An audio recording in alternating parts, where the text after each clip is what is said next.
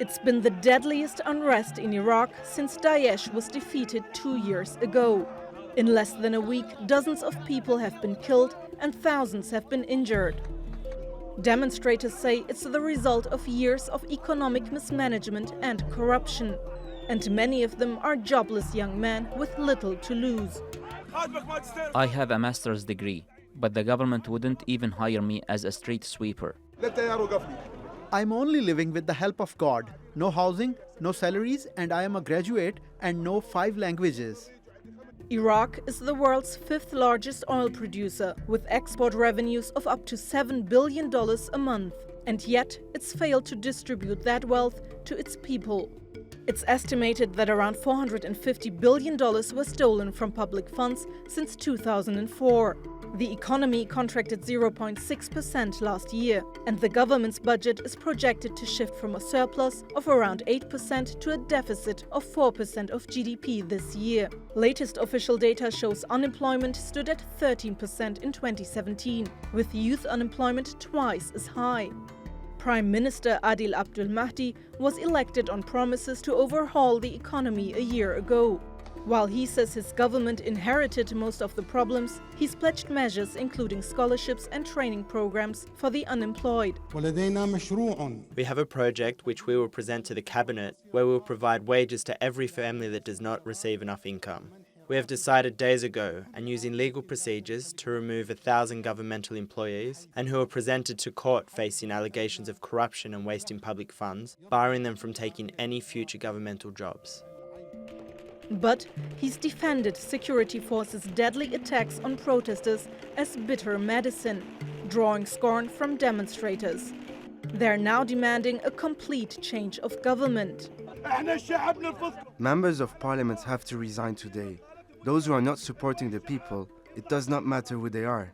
The government's legitimacy has fallen. The US-led invasion to topple dictator Saddam Hussein in 2003 has brought little improvement in infrastructure and economic conditions. And Abdul Mahdi's government has asked for more time to realize his reform agenda. But after 16 years of war and neglect, the patience of the Iraqi people seems to be wearing thin. Sibel Karkus, TRT World. Well, Ahmed Tabaqchali joins us now from Sulaimaniya in Iraq. He's the Chief Investment Officer at AFC Iraq Fund.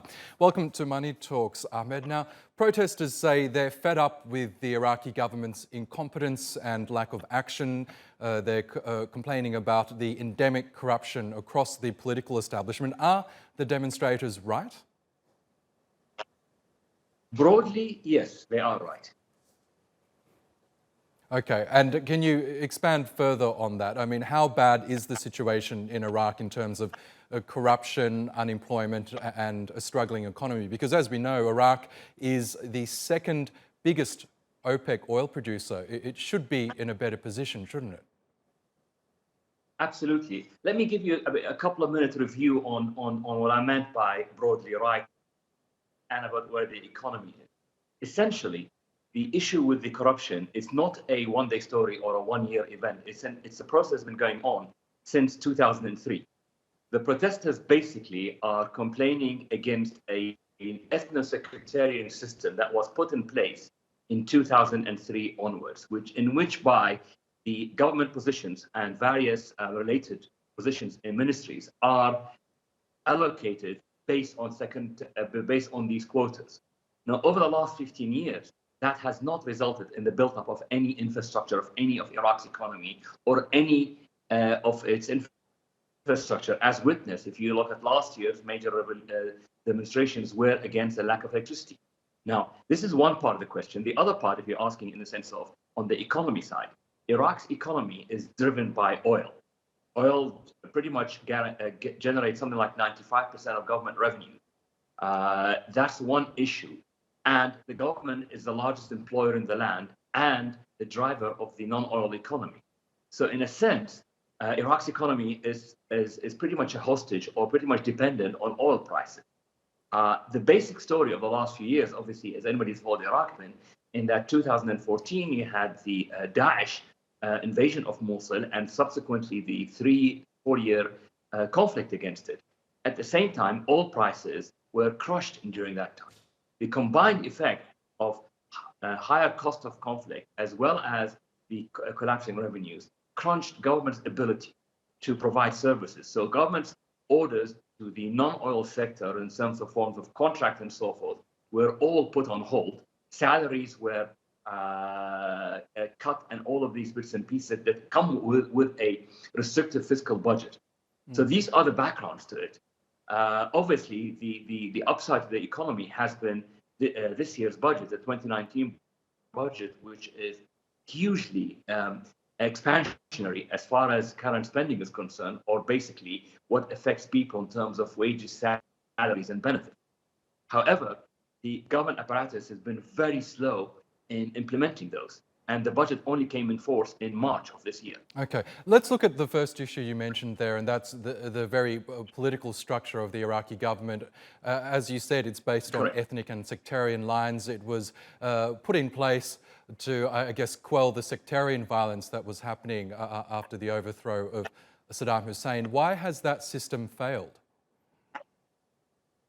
It was failed because it's the inherent failure of all such systems.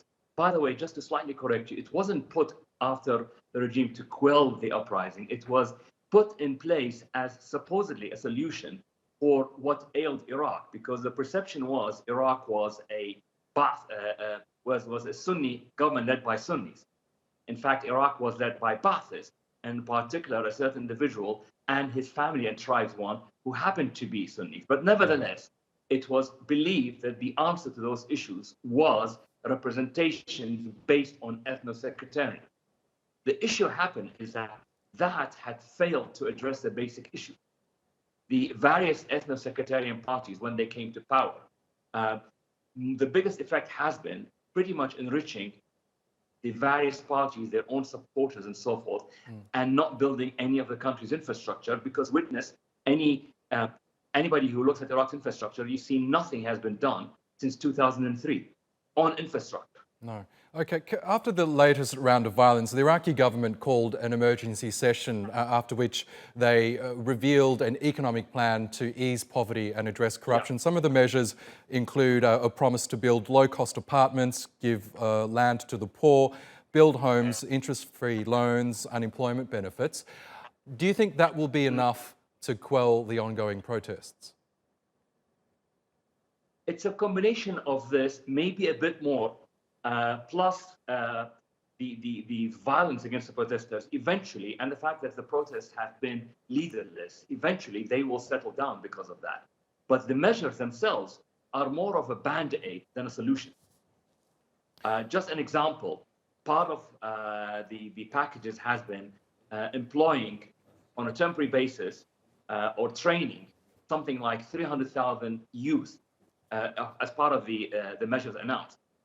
If you look at that figure looks fairly large because you're talking 300,000 youth, eventually 300,000 families.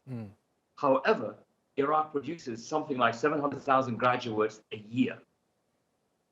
So it doesn't address anything. It's more of a band-aid. Okay, and we also know that the successive Iraqi governments have made a lot of promises but haven't delivered. Okay, Ahmed Tabaqchali, we'll have to leave it there, but thank you so much for your analysis.